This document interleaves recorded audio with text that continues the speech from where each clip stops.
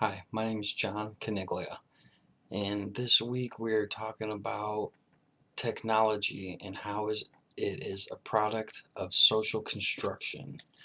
Social construction is the definition of how does technology affect the way that humans behave, or does human actions affect technology?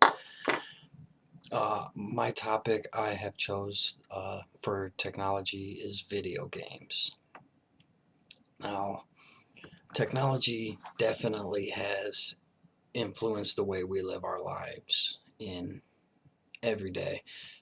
Computers, cars, video games, just the internet in general.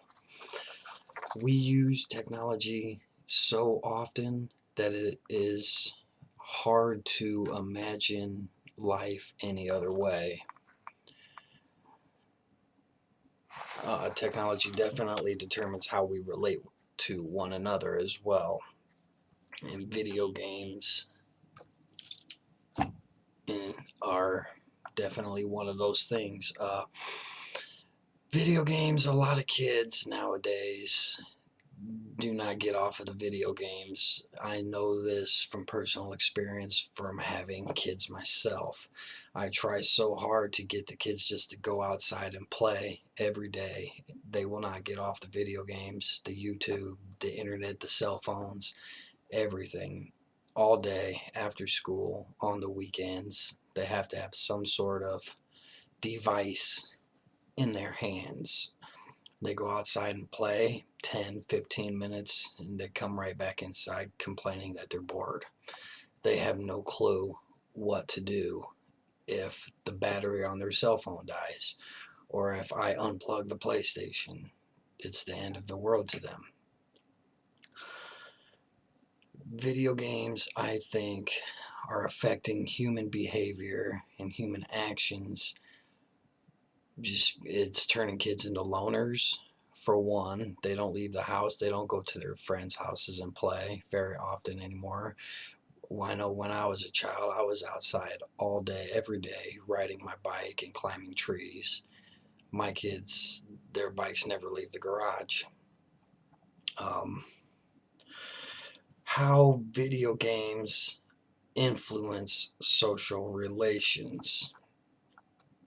I have researched an article that was written in the Washington Post. It was a study done upon kids who play video games versus kids who do not. The study involved, I think it was 217 children at the average age of 13 years old.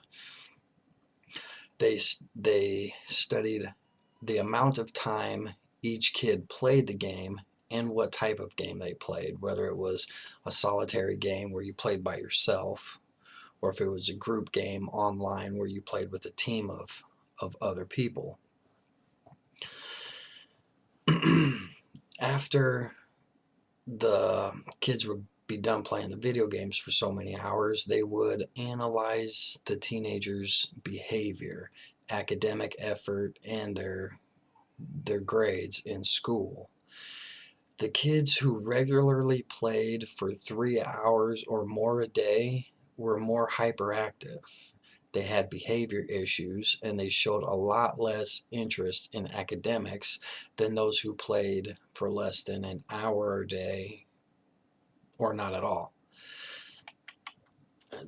The kids who played mostly solitary games just by themselves, they tended to be more involved in their academics, and they had better relationships with other kids, and with their studies. Whereas the kids who gravitated more towards the multiplayer online level games, the competition and the tournaments, they tended to have fewer problems, generally anxiety, loneliness. No link was found between playing video games, violent video games, and being violent in the real world. Though there have been cases where kids have committed crimes and blamed it on video games. For one example, there was an 8-year-old boy who played a violent video game and then killed a 90-year-old woman who was his babysitter. The kid intentionally killed her. She was sitting on the chair watching television, and this 8-year-old boy walked up behind her and shot her one time in the back of the head.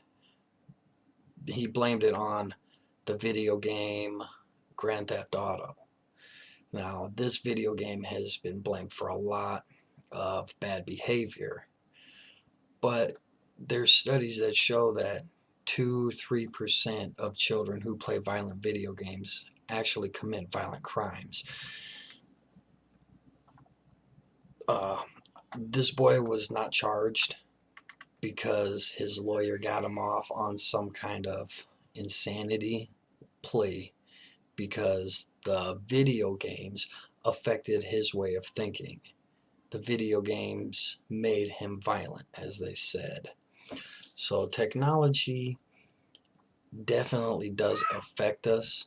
I would say it affects everybody in a different way, but it definitely is affecting the way humans behave.